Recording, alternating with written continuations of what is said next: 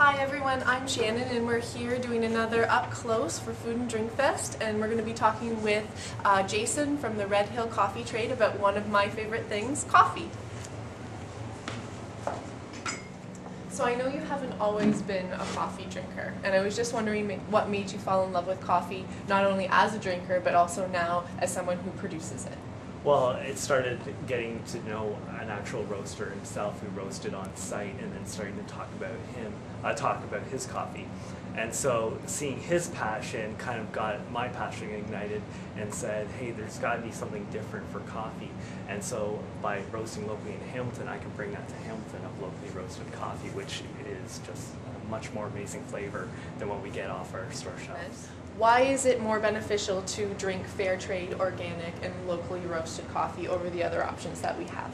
Well, with fair trade coffee, what we're doing is we're actually paying the farmers who harvest the coffee a fair wage in which they deserve for their product as well as their hard work. With organic coffee, you're allowing the coffee plants to grow at their natural pace and using the natural soils and the nutrients within that to grow a fuller bean, which will help give a fuller cup of coffee, as well as the health benefits of not using pesticides on the coffee. And then finally, locally roasted coffee. The closer you can get to the roast, the much more flavor you're going to get, and as well as the artisanship in which there's a craft within roasting that really brings the full potential of the coffee out. I consider myself a single origin coffee roaster, and so beans from Indonesia, Sumatra, will have a fuller body, a deeper taste to it compared to a Mexican coffee, which will have a lighter roast, which will have a more fruitier tones to it, as well as a lighter acidity, as well as a lighter body to it, but just as delicious as the full-bodied coffee. So each origin has its own roast profile that has been developed. What's one of the things that people do to coffee that just drives you crazy? My thing is that when you have such fresh coffee, you actually shouldn't need cream or sugar in it. And so it's slowly kind of getting off that habit of sweetener and cream, in which we start to taste the natural sweetness of coffee. That's what drives me crazy. Because with wine, no one would actually consider putting cream and sugar in a glass of wine. Explain the artisanship behind coffee cupping.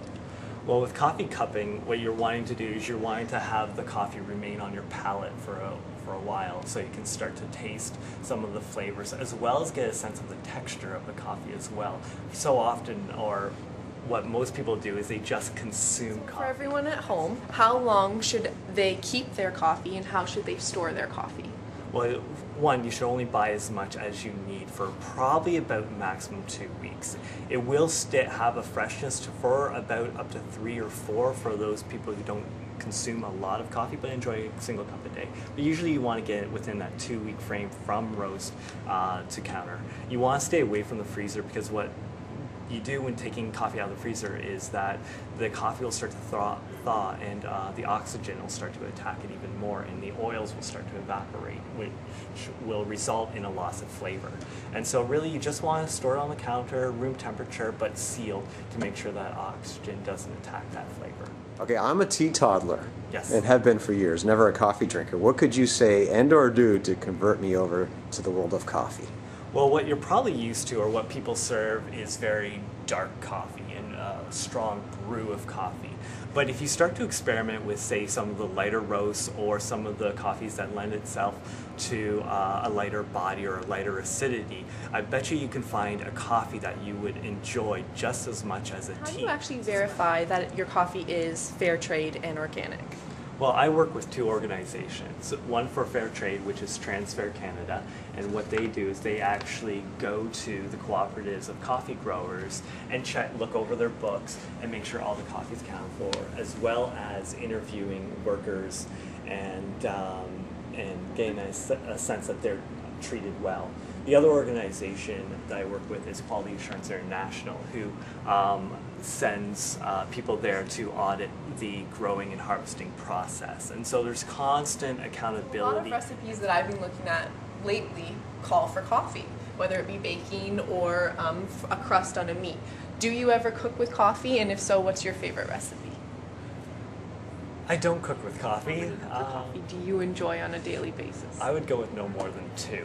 Most people as a roaster think I consume lots and lots of coffee, but then I'm just consuming coffee and not actually savoring the cups of coffee that I enjoy in my day. Right now I'm working with what we call our brew bar, and it's going to give people an opportunity to enjoy a cup of coffee. With a typical coffee maker, you typically have about 8 holes that the water will just drip on and then saturate those specific areas. But with the brew bar, what I'm going to do is that I have full access and an open face to the coffee. So we pour our fine grind coffee in. And you'll be doing this at Food and Drink Fest? I will be doing this at the Food and Drink Festival. And so now I have access to all the coffee, and so I'm slowly going to pour and make sure that that all the water gets poured in.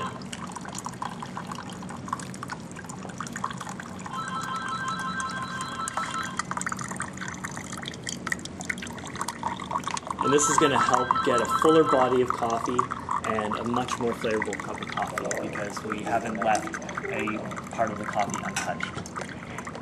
What's the ratio per cup? I would do 1 even tablespoon of coffee per cup.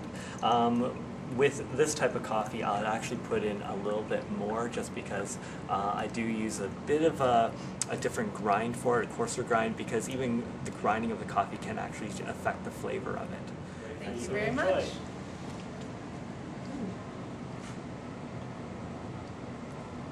Now, where's your coffee and cream, Shannon? I don't think it's needed with this. What bean is this? That's a Peruvian. Oh. So you'll taste a brightness to the flavor, as well as it's kind of, words to describe it, lively, you know, within the mouth there. There is definitely a natural sweetness to it. Yeah. It's wonderful. Cheers, everybody.